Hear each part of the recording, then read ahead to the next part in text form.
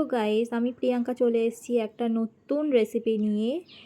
তো দেখেই ফটোটা ফার্স্টে বুঝতেই পারছো আজকে কি বানাতে চলেছি। ওটা হচ্ছে ক্যান্টনিজ নুডল। তো কিভাবে বানাবো দেখে নাও রেসিপিটা।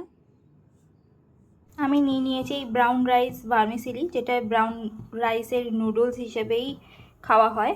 আর কড়াতে এখানে জল বসিয়ে দিয়েছি, গরম হলে তারপর এটা দেব। কড়াই তেলটা একটুখানি সামান্য দিতে হবে জলের সাথে, যাতে এই ভার্মিসেলিগুলো না আটকে যায়।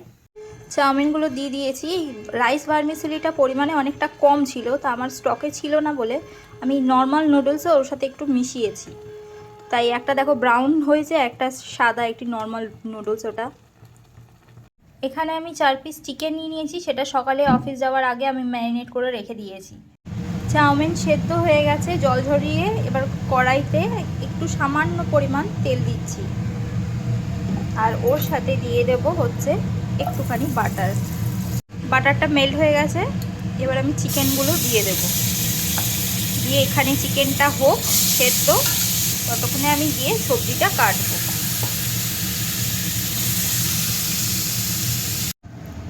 সবজি কাটা হয়ে গেছে, এখানে দেখো এরকম করে আমি কেটেছি গাজরগুলো, আর এরকম ডুমো ডুমো করেই ক্যাপসিকাম, পেঁয়াজ, বিনস সব কেটে নিয়েছি।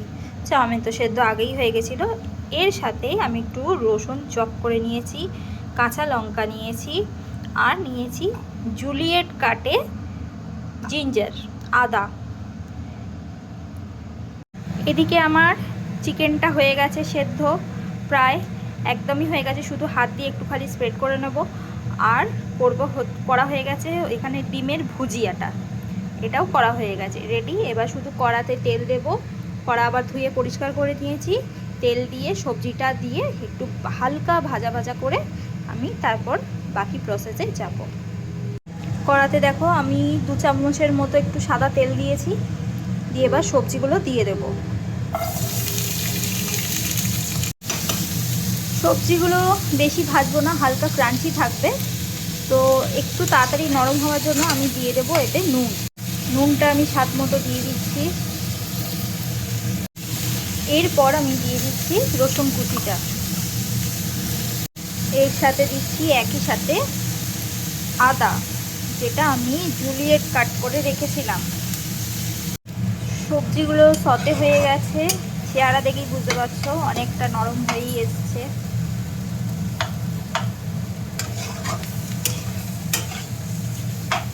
এখন দিয়ে দিচ্ছি কাঁচা লঙ্কাটা।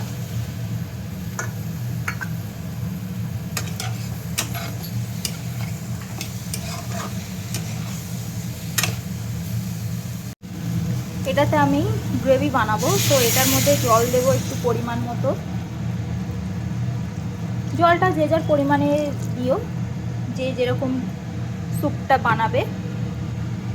তো আমি এখানে মোটামুটি 2 কাপ থেকে 2.5 কাপের মতোই জল দিয়েছি, যা মাপ ছিল বোতলে। তো জলটা দেওয়া হয়ে গেছে। এখানে দেখো আমার ডিমটা তো আছেই, ওর সাথে চিকেনটা আমি স্প্রেড করে নিয়েছি। তো এর মধ্যে আরেকটু আমি নুন দেবো, একবার নুন দিয়েছি, আরেকটু নুন দিয়ে দিলাম। আর দিচ্ছি 1 চামচের মতো গোলমরিচ, কাঁচা লঙ্কা আছে 1 চামচ দিলাম গোলমরিচটা। এর সাথে দিচ্ছি 1 চিপি ভিনিগার, আর এখানে আরেক চিপি করে সয়া সস দিচ্ছি।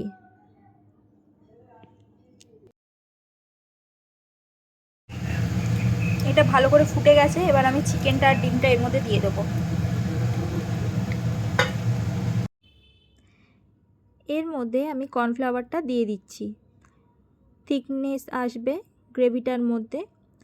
তো আমি যা যা সবজি দিয়েছি, বিনস, গাজর, ক্যাপসিকাম, পেঁয়াজ, এগুলো ছাড়াও ব্রোকলি, জুকিনি, ক্যাবেজ, আর এর সাথে তো প্রন আছেই, চিংড়ি মাছ, আর মাশরুম কিন্তু অ্যাড করা যেতেই পারে। স্প্রিং অনিয়নও অ্যাড করতে পারো, যাদের যাদের ভালো লাগবে, যাদের স্টকে আছে সবাই করতে পারো। কিন্তু এইভাবে আমার ছিল না তাই আমি করিনি।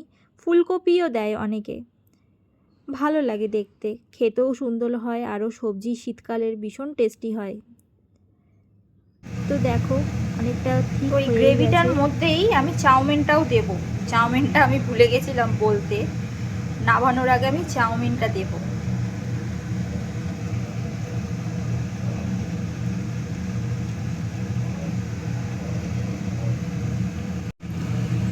আমার নুডলসটা রেডি হয়ে গেছে, একদম একদম কম তেলে, একদম হেলদি ফুড একটা আমাদের রাত্রিরে, এটাই আজকের ডিনার।